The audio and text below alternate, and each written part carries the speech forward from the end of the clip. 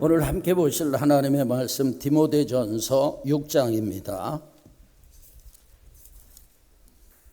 디모데전서 6장 11절 12절. 제가 가진 성경은 신약성경 341쪽이 되겠습니다. 우리 다 같이 합독하겠습니다. 오직 너 하나님의 사람아, 이것들을 피하고 의와 경건과 믿음과 사랑과 인내와 온유를 따르며 믿음의 선한 싸움을 싸우라. 영생을 취하라.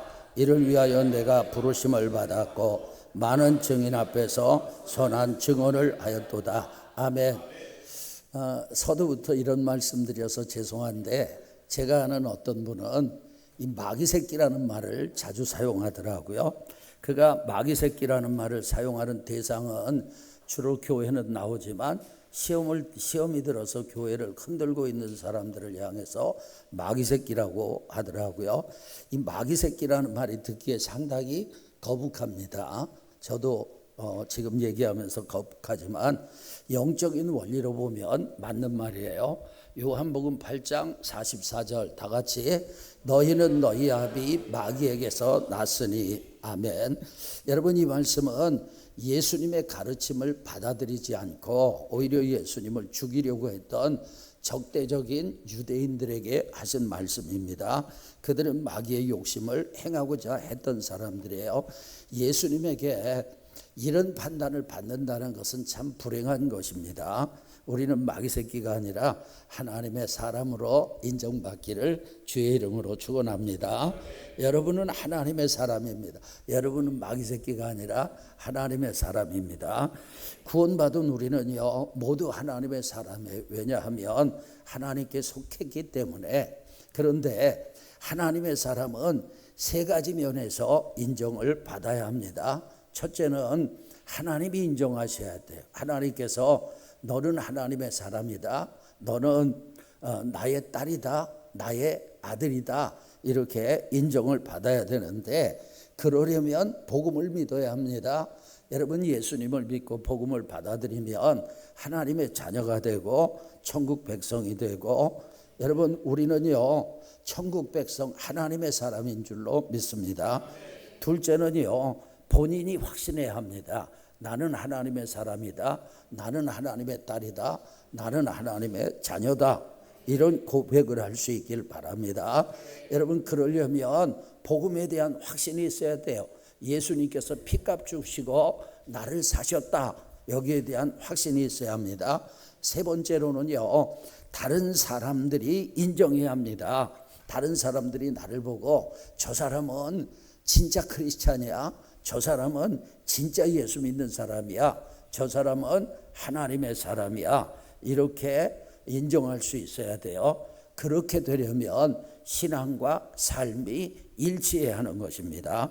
여러분, 성경에는요 하나님의 사람이라고 지칭했던 9명의 사람이 있습니다. 모세, 사무엘, 엘리야, 엘리사, 그리고 다윗과 본문에 나오는 하나님의 사람 디모데, 그 외에 무명의 선지자 3명이 있습니다. 본문에서 바울은 디모데를 하나님의 사람이라고 불렀어요. 그리고 디모데에게 권면하며 그리스도인으로서 추구하고 실천해야 될 구체적인 권면을 제시했습니다. 제가 오늘 포인트를 두는 것은 하나님의 사람입니다. 여러분, 우리는 하나님께 속한 하나님의 사람들이며 하나님의 뜻을 이루어야 할 하나님의 사람들이고 하나님의 나라를 전파해야 할 하나님의 사람들입니다. 그렇기 때문에 하나님의 사람 디모데에게 바울이 권면했던 이 말씀은 우리에게도 하나님께서 바울을 통해서 주시는 권면이라고 믿으시고 잘 받아들이길 축원합니다. 그렇다면 하나님의 사람들에게 주는 권면은 무엇입니까? 첫째, 따라합시다. 피하라. 여러분, 무엇을 피해야 할까요? 11절에 보니까 이것들을 피하고 그랬어요. 여기서 이것들이 뭐냐? 앞에 전체 문맥을 볼 때 두 가지입니다. 지나친 욕심, 돈을 사랑하는 마음입니다. 여러분, 부하려는 마음, 욕심이죠. 디모데전서 6장 9절 다 같이 읽습니다. 부하려는 자들은 시험과 올무와 여러 가지 어리석고 해로운 욕심에 떨어지나니 그 사람으로 파멸과 멸망에 빠지게 하는 것이라. 아멘. 여러분, 부자가 되는 것은 죄가 아니에요. 할 수만 있으면 부자 되기를 축원합니다. 그것은 어떤 면에서 보면 하나님의 축복이죠. 그런데 여기서 부하려고 하는 것은 단순히 부자가 되는 것이 아니라 지나치게 부자가 되려는 욕심을 뜻합니다. 다른 말로 하면 주객이 전도되는 사람이에요. 주인과 손님의 위치가 바뀌는 정도가 아니라 우선순위가 뒤바뀌는 모든 상황을 말합니다. 여러분, 돈은요 목적이 아니라 수단입니다. 그런데 많은 사람들이 돈이 수단이 아니라 목적이 되고 있어요. 이러한 욕심은 믿는 사람을 시험, 올무, 그리고 어리석고 해로운 여러 가지 욕심에 떨어지게 하며 결국 파멸과 멸망에 빠지게 합니다. 어떤 기독교인 그 공무원의 딸이 아주 예쁘게 생겼어요. 인류여자대학교에서도 특별히 공부를 잘했습니다. 근데 미팅에서 멋지게 생긴 짝을 남자를 만났는데 그는 대기업 회장의 아들이었고 그 청년은 술을 좋아했고 또 무신론자였어요. 이들은 만난 지 20일 만에 결혼을 약속했습니다. 부모님은 그 청년이 예수님을 믿지 않고 생활 수준 차이가 너무 나면 그것도 힘든 것이거든요. 그래서 결혼을 반대를 했습니다. 어머니가 내가 이렇게 공부도 잘하고 예쁜데 그만한 남자 못 만나겠냐? 신앙생활을 해야 된다. 이렇게 말하니까 딸이요, 엄마 나는 가난이 지긋지긋해요. 그리고 교회는 후에 다니면 되잖아요. 이렇게 말하더래요. 어머니가 내가 그 집의 내력을 알아보았더니 아버지가 내놓은 바람둥이라고 하더라. 나는 그런 집안에는 못 보낸다. 이렇게 말하니까 딸이 엄마 남자치고 바람 안 피우는 사람 어디 있어요? 있습니다. 여기 있어요. 여기도 많아요. 나는 남자가 바람을 피우든 말든 새빵살에서 질질 짜는 것보다 대기업 회장의 부인이 되고 싶어요 하더랍니다. 그 후에 결혼을 하고 그 딸이 신앙생활을 그만뒀어요. 그런데 얼마 후에 그 기업이 부실기업으로 정리가 되고 그 남편은 감옥에 들어가는 형편이 되었습니다.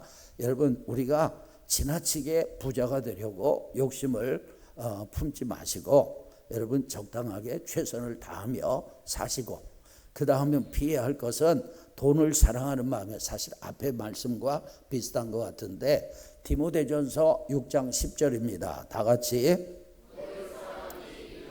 뿌리가 되나니 이것을 탐내는 자들은 미혹을 받아 믿음에서 떠나 많은 근심으로서 자기를 찔렀도다. 아멘. 여러분, 돈을 사랑함이 일만하게 뿌리예요. 그러니까 돈을 사랑하는 것 그것 때문에 만 가지의 악을 행할 수 있다는 거예요. 이것을 탐내는 자, 돈을 탐내는 자들은 미혹을 받아서 믿음에서 떠나 그 다음에 많은 근심으로서 자기를 찔렀도다라고 얘기하는데 여러분, 우리가 손가락에 가시 하나만 박혀도 얼마나 아픕니까? 그런데 우리 마음에 수많은 가시 같은 것들이 근심으로 자기를 찌르는 거예요. 그러니까 돈을 사랑하는 사람은요 인생이 행복할 수가 없는 것입니다. 여러분, 돈 자체는 도구예요. 하지만 그것을 지나치게 사랑하고 우상처럼 숭배하고 탐하는 태도는 경계해야 합니다. 사실 여러분, 신앙생활에서 호주머니가 비워지는 능력이 없으면 다시 말하면 지갑이 회개하지 않으면 진짜 회개라고 할 수 없어요. 바른 신앙을 가지기가 힘들어요. 여러분, 성경에 보면 돈 얘기가 많이 나옵니다. 거룩한 성경에 신령한 영적인 것만 얘기하지 그게 아니라 돈 얘기가 많아요. 여러분, 성경 전체의 기도에 관한 말씀이 509절이 있어요. 믿음에 관한 말씀도 509절이 나와요. 사랑에 관한 말씀이 709절인데 돈과 소유에 관련된 말씀은 2009절입니다. 그만큼 돈이 중요한 거예요. 여러분, 또한 복음서의 6분의 1이 돈과 소유에 관련된 말씀이고 산상설교 산상수훈 3분의 1이 돈과 재정에 관한 그런 말씀입니다. 여러분, 예수님께서 비유를 38개를 드셨어요. 그 가운데 17개가 돈과 소유에 관한 비유입니다. 그러므로 주님의 온전한 제자가 되려면 돈 씀씀이에서 희생이 없으면 불가능한 것입니다. 여러분, 한 번은 침례교 신자가 주머니에 지갑이 있는 것을 깜빡하고 침례를 받게 되었어요. 여러분, 이 그 침례는 우리는 물세례를 이렇게 물을 뿌려서 주지만 침례교에서는 완전히 물 속에 온몸이 다 잠기는 거니까 지갑이 들어가면 안 되잖아요. 그 지갑이 생각나가지고 목사님 잠깐 기다리십시오. 제 주머니에 지갑이 들었는데 지갑을 빼고 침례를 받아야겠습니다. 그때 목사님이 그분에게 당신의 지갑도 침례를 받아야 합니다. 이렇게 말했어요. 진짜 신자, 진짜 신앙의 시금석은 그 사람의 경제관입니다. 여러분, 지갑이 침례를 받아야 한다는 말은 물질 관계에 있어서 변화가 일어나야 한다는 거예요. 물질의 가치관이 바로 돼야 한다, 그런 말입니다. 여러분, 우리 그리스도인들은 모든 것의 주인이 하나님이심을 믿습니다. 돈을 주시는 분도 하나님이십니다. 우리는 열심히 일해야 돼요. 그러면서 겸손히 여호와를 경외해야 합니다. 그러면 하나님께서 필요에 따라서 공급해 주시는 거예요. 여러분, 그리스도인은 축복의 통로입니다. 하나님이 주신 복을 흘려보낼 수 있어야 합니다. 그래서 건강한 신앙은 재정도 흘려보낼 수 있어야 되는 거예요. 움켜쥐려고만 하지 말고 흘려보내길 바랍니다. 여러분, 유대인들이 자녀 교육을 잘하잖아요. 유대인들은 어릴 적부터 자녀들에게 기부 교육을 시킵니다.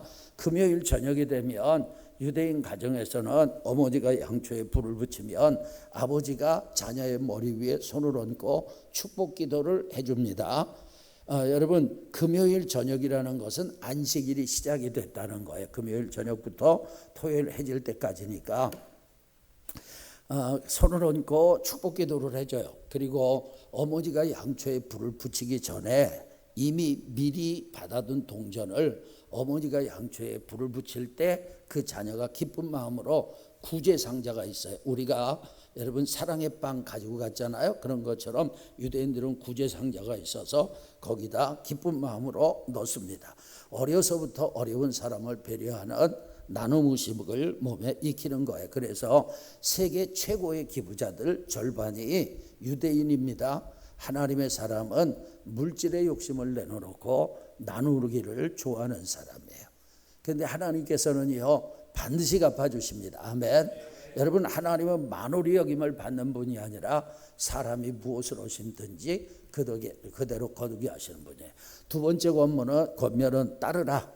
여러분, 무엇을 따르라는 말입니까? 11절 다 같이 읽겠습니다. 오직 너 하나님의 사람아, 이것들을 피하고 의와 경건과 믿음과 사랑과 인내와 온유를 따르며. 아멘. 여러분, 그리스도인은 소극적으로 피하는 것만 아니라 적극적으로 6가지 덕목을 따라야 합니다. 먼저 의를 따라야 돼. 의는 뭐냐? 하나님 앞에서 올바름이에요. 두 번째 경건입니다. 경건은 하나님을 경외하며 그분과의 관계에 합당한 방식으로 사는 태도를 말하는 거예요. 셋째 믿음입니다. 하나님의 약속, 하나님의 성품에 대한 확신을 가져야 합니다. 네 번째 사랑이에요. 하나님과 이웃을 향한 헌신적인 사랑. 다섯 번째 인내입니다.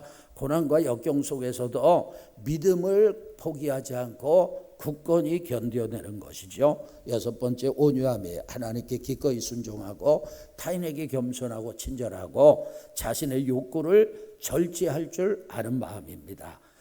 성경 번역가이면서 브라질에서는 성자로 불렸던 더그 멜란드 선교사님 부부의 이야기예요. 그들은요 인디언들이 사는 오지 마을에 들어가서 의료 선교를 했어요. 의료 봉사를 했습니다. 그런데 인디언들이 그 선교사님 부부의 호칭을 4번이나 바꿨습니다. 마을에 처음 들어갔을 때 인디언들은 선교사님 부부를 백인이라고 불렀어요. 그 칭호에는 자신들의 땅을 강탈하고 괴롭혔던 백인들에 대한 증오가 담겨 있는 거예요. 그러나 멜란드 부부는요 비난을 감수하며 병들어 죽어가는 인디안들의 질병을 계속해서 치료해 줬어요.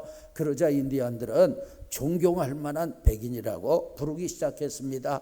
그 후에 멜란드 선교사님 부부는 인디안들과 같은 옷을 입고 같은 음식을 먹고 10년 만에 인디안 언어를 배워서 그들과 유창하게 대화를 했고, 그리고 성경의 가르침과 충돌하지 않으면 인디언 풍습대로 따라했어요. 그러자 인디언들이 그들을 보고 백인 인디언이라고 불렀습니다. 한 번은 선교사님 부부가 무릎을 꿇고 더러워진 인디안 소년의 피 묻은 발을 씻어줬어요. 이 광경을 보던 인디언 주장이 선교사님 부부에게 말했습니다. 지금까지 인디언의 발을 씻겨준 백인은 없었습니다. 본 적이 없습니다. 당신들은 하나님으로부터 온 사람들입니다. 그때부터 선교사님 부부가 인디언들의 집으로 갈 때 하나님이 보내신 하나님의 사람이 온다고 말했습니다. 선교사님 부부는 백인에서 존경할 만한 백인으로, 그 이후에 백인 인디안으로 불리다가 하나님의 사람으로 불리게 된 거예요. 그들이요, 하나님의 사람으로 불리게 된 것은 이 의술적인 능력 때문이 아니라 그들이 주님을 닮는 성품 때문에 하나님의 사람으로 불리게 된 거예요. 그들은 의와 경건과 믿음과 사랑과 인내와 온유를 따랐기 때문에 인디언들에게 하나님의 사람으로 불리게 된 것입니다. 따르시고, 세 번째 따라합시다. 싸우라. 12절입니다. 여러분, 믿음의 선한 싸움을 싸우라고 말하지요. 누구를 상대로 무슨 싸움을 싸웁니까? 절대 여러분 사람을 상대로 싸우지 말기를 축원합니다. 오늘 아침 부부싸움 하고 오신 분들 회개하시고 여러분, 마게도냐의 알렉산더 대왕에게 친구가 사냥개 2마리를 줬어요. 알렉산더 대왕이 어느 날 토끼 사냥을 나갔는데 토끼들이 나타나도 이 사냥개들이 꼼짝도 않은 거예요. 구경만 하는 거예요. 또 그 다음에 사슴 사냥을 나갔는데 사슴이 나타나도 쳐다만 보고 있습니다. 잡을 생각을 하지 않습니다. 화가 난 대왕은 사냥개 2마리를 죽였어요. 얼마 후에 사냥개를 주었던 친구를 만나서 토끼 1마리, 사슴 1마리 잡지 못하는 사냥개를 내게 선물했는가? 이렇게 물었더니 친구가 대답합니다. 대왕, 그 사냥개는 사자와 호랑이를 잡을 때 쓰도록 훈련된 개들입니다. 그러니까 알렉산더 대왕은 사자나 호랑이를 잡도록 훈련된 사냥개의 가치를 모르고 토끼를 잡으려고 했어요. 우리도 자신이 어떤 존재인지 잘 몰라요. 영적인 싸움의 대상이 누구인지 전혀 모릅니다. 그래서 여러분 전혀 다른 싸움에 에너지를 쏟고 있어요. 우리의 싸움이 어떤 싸움이며 싸울 대상은 누굽니까? 여러분, 어느 목사님이 목회를 하는데 늘 목사님을 힘들게 했던 안수 집사님이 있었어요. 목사님이 예전에 주먹을 좀 썼던 분인데 참다가 못 참아가지고 결국 안수 집사님을 교회 지하실로 불렀습니다. 그리고 실컷 두들겨 팼는데 안수 집사님이 맞다가 도망쳤고 목사님은 도망가는 안수 집사님을 추격하는 일이 벌어졌어요. 웃지 못할 해프닝이죠. 여러분, 우리는 믿음의 싸움을 싸워야 합니다. 우리는 천국을 향해서 믿음의 길을 가는데 우리 앞에 함정을 파고 방해하고 장애물을 만들고 태클을 거는 존재가 있습니다. 악한 마귀입니다. 마귀는 세상의 악과 거짓 교훈 그리고 옛 성품, 우리의 옛 성품을 동원해서 우리가 천성을 향해 가는 길을 막고 우리를 지옥으로 끌고 가려고 해요. 그런 중에 그리스도인은 믿음을 지키고 진리를 수호하고 영적인 전투를 수행하는 것입니다. 그리스도인은요, 하나님의 나라를 확장하고 하나님을 지키는 군사들이에요. 마귀는 마귀의 나라를 확장하고 마귀의 나라를 지키려고 역사해요. 마귀는 그리스도인들로 하여금 2가지를 착각하게 만듭니다. 하나는 전쟁이 끝난 줄로 착각하게 만드는 것이고, 또 하나는 우리가 전쟁 중에 있지만 민간인인 것으로 착각하게 만드는 거예요. 여러분, 우리는 지금 영적인 전쟁 중에 있습니다. 아멘. 휴전 상태가 아닙니다. 그리고 우리는 영적인 군사입니다. 영적인 민간인이 아니에요. 그래서 우리는 믿음의 싸움을 싸워야 합니다. 네 번째, 취하라. 술 취하란 말 아니에요. 12절에 보니까 영생을 취하라 그랬어요. 영생을 취하라. 그리스도인은 예수 그리스도를 믿음으로 인해서 영생을 얻었어요. 아멘. 이제는 그것을 확실히 붙잡고 소유하고 누려야 합니다. 믿음의 싸움을 통해서 영생을 누리기를 축원합니다. 베티 그린이라는 미국 할머니가 있었어요. 억척스럽게 돈을 버는데 쓰지 않기로 유명했습니다. 아들이 아픈데 무료 병원을 찾느라 시간을 놓쳐서 다리를 절단했습니다. 물을 끓이면 연료를 써야 되니까 찬물만 마셨습니다.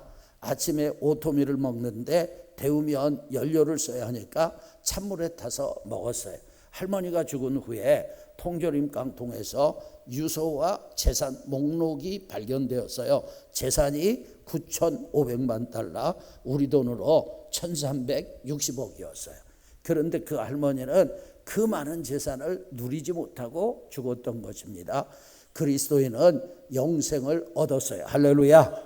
영생이란 영원히 산다는 의미도 있지만 하나님의 나라에 속해 있다, 그런 의미가 있어요. 그렇기 때문에 우리는 죽어서 천국 가지만 이 땅에서 영생을 누려야 돼요. 천국을 누리기를 축원합니다. 여러분, 하나님의 나라의 특징이 뭐냐? 하나님의 나라는 먹는 것과 마시는 것이 아니라 오직 성령 안에서 뭡니까? 의와 평강과 희락입니다. 할렐루야. 그렇기 때문에 우리는 의를 따라 살아야 돼요. 내적인 평강을 누려야 합니다. 그리고 희락, 하나님이 주시는 기쁨이 넘치기를 주의 이름으로 축원합니다.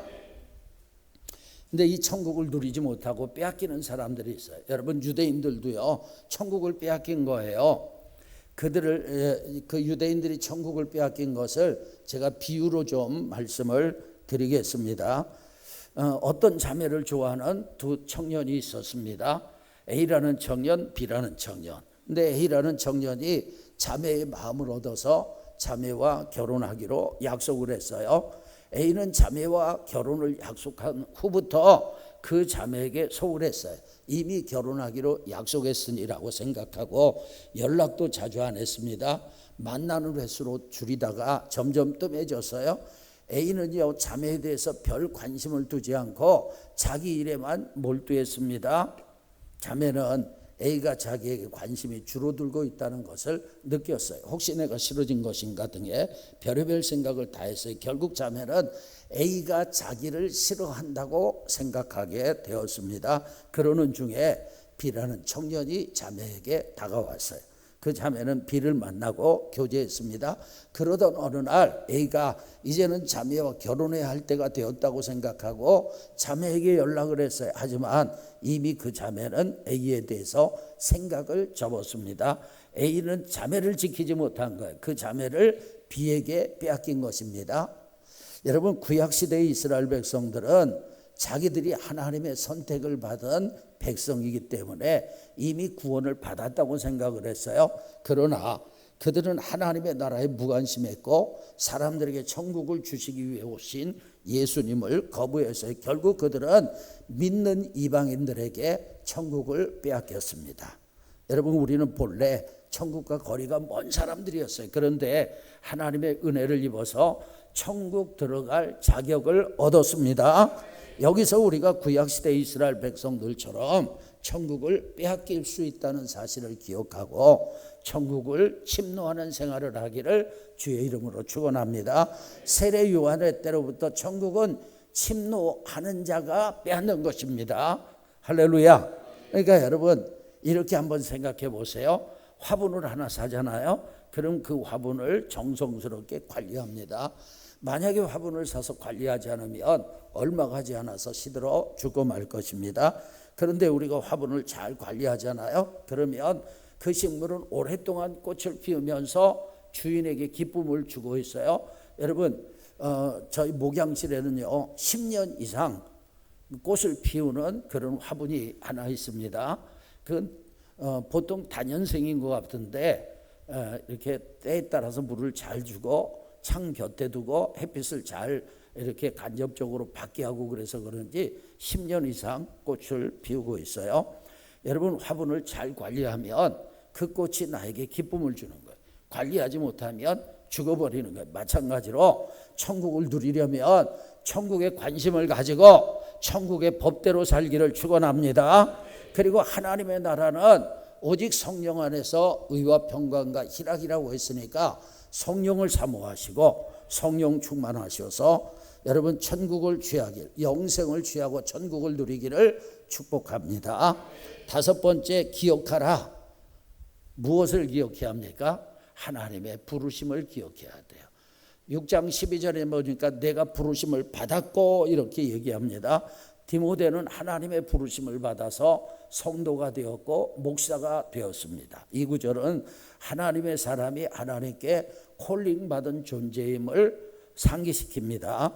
이 부르심은 단순히 구원에만 국한되는 것이 아니라 하나님의 나라를 위한 사명에도 적용이 됩니다. 그래서 부르심을 받은 사람은 두 가지를 잘해야 돼요. 하나는 구원에 감격하고 구원에 감사하세요. 아멘. 또 하나는 하나님이 주신 사명에 충성하시기를 바랍니다. 자, 제가 예를 한번 들어보겠어요. 한 청년이 대학에서 AI 인공지능을 전공했습니다. 졸업은 했으나 취업이 안 돼요. 몇 년 동안 취업이 안 되니까 집에서 고개를 들 수가 없어요. 친구들을 만나도 기가 죽어요. 이 청년이 어느 날 우연한 기회에 삼성 이재용 회장님을 만났습니다. 회장님이 이 청년과 대화를 하고 AI 연구를 위해서 삼성에 입사를 시켜주었어요. 실력도 안 되고 능력도 좀 부족한데 입사를 시켜줬습니다. 이 청년은 두 가지, 첫째, 자신을 입사시켜준 이재용 회장에게 감사하겠죠. 늘 은혜 받았다고 생각할 거예요. 그 다음에 두 번째는 뭐 해야 되느냐? AI 연구에 매진해야 하는 거예요. 그냥 감사만 하고 있으면 안 되는 거죠. 그리스도인은 하나님의 부르심을 기억해야 합니다. 구원에 감사합시다. 왜냐하면 나는 구원받을 자격이 없는데 예수 그리스도께서 십자가에서 죽으시고 부활하시고 내 죄 문제 해결하셔서 구원받을 수 있는 자격을 주신 거예요. 아멘. 그래서 구원에 감사해야 돼요. 그리고 주어진 사명에 충성하기를 축원합니다. 하나님이 저를 목사로 부르셨기 때문에 저는 목회에 충성해야죠. 하나님이 선교사로 부르셨으면 선교에 충성해야죠. 마찬가지로 여러분 한 사람 한 사람에게 하나님의 부르심이 있어요. 그 부르심을 기억하고 첫째는 은혜에 감사하시고 아멘.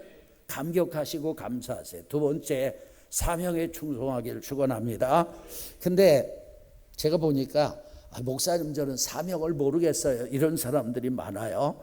여러분 인생을 방황하는 이유는 크게 두 가지입니다. 첫째, 사명을 모르기 때문에 방황하는 것이고 두 번째, 사명은 알지만 사명의 길이 아닌 다른 길을 가려고 해서 방황하는 거예요.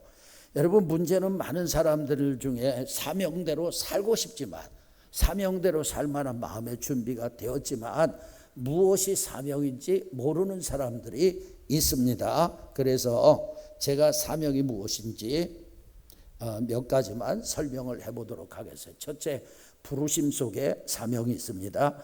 하나님이 어떤 일을 하라고 부르셨다. 그러면 그게 사명 아니겠어요? 너무 당연하죠. 두 번째, 직분 속에 사명이 있습니다. 할렐루야. 여러분 선생님은요 학생들을 가르치는 사명이 있잖아요.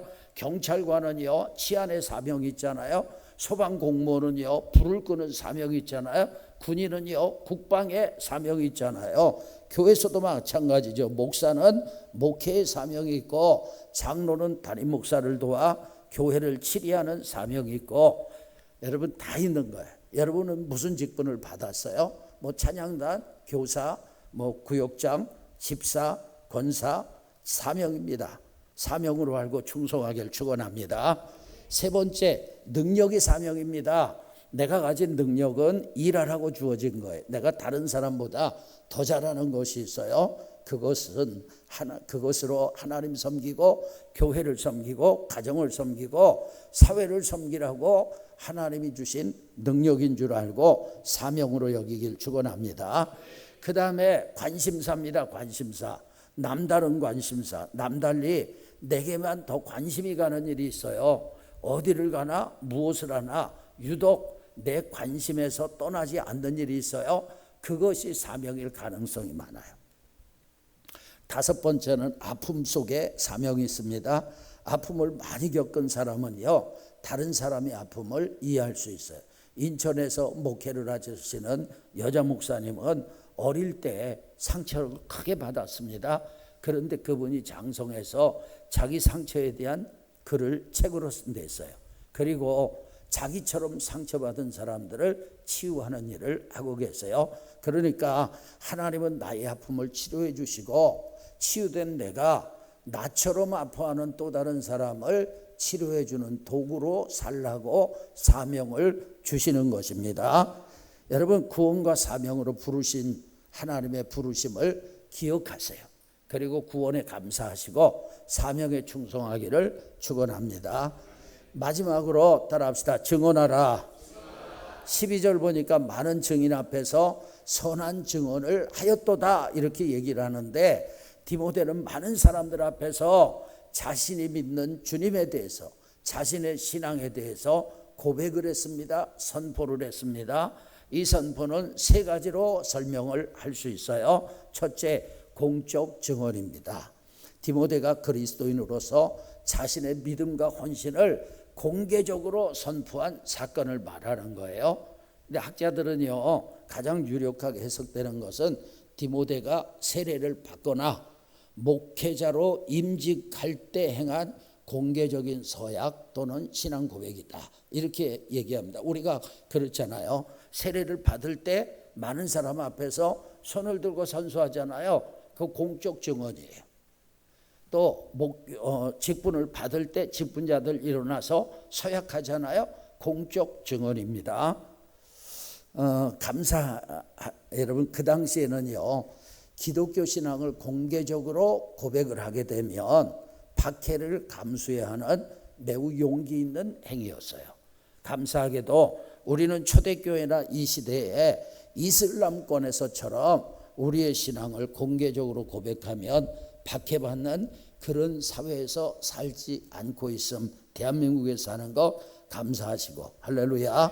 여러분, 대한민국의 무너진 성벽을 막아서는 기도를 하기를 주의 이름으로 축원합니다. 그러나 우리는 세례나 목사 임직 등을 통해서 여전히 우리의 신앙을 공적으로 고백을 해요. 그리고 삶 속에서도 내가 그리스도인임을 부끄러워하거나 감추지 말아야 합니다.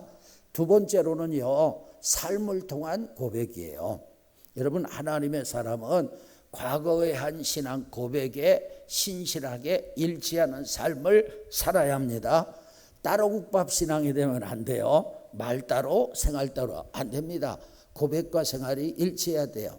여러분, 이 시대 기독교가 개독교라고 비아냥 당하고 있는 이유는 많은 교인들의 말은 그럴싸하지만 말대로 살지 않기 때문에 그래요. 그건 사람이 연약하기 때문에 어쩔 수 없지만 불신자들의 기대치가 있거든요. 목사는 이래야 되고 성도는 이래야 되고 우리가 거기에 미치지 못하기 때문에 그렇게 비아냥 당하고 있는 거예요. 진정한 믿음은 행함으로 믿음이 증명되는 거예요.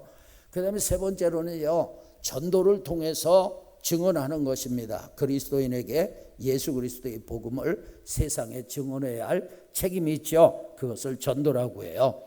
울산교회 정근두 목사님이 리고렌의 목적이 이끄는 교회라는 책을 내용을 잘 요약하셨어요. 정 목사님께서 요약하신 내용을 제가 더 압축을 해서 말씀을 드리면, 교회는 무엇인가에 의해서 움직인다는 거예요. 리고렌 목사님은 교회를 움직이는 추진력이 무엇인지 그 몇 가지 사례를 들었어요. 먼저 전통에 따라 움직이는 교회. 그러니까 우리는 언제나 이런 식으로 해왔다 이렇게 말한다면 그 교회는 전통에 따라 움직이는 교회예요. 그 다음에 인물에 의해서 움직이는 교회. 리더가 무엇을 원하는가.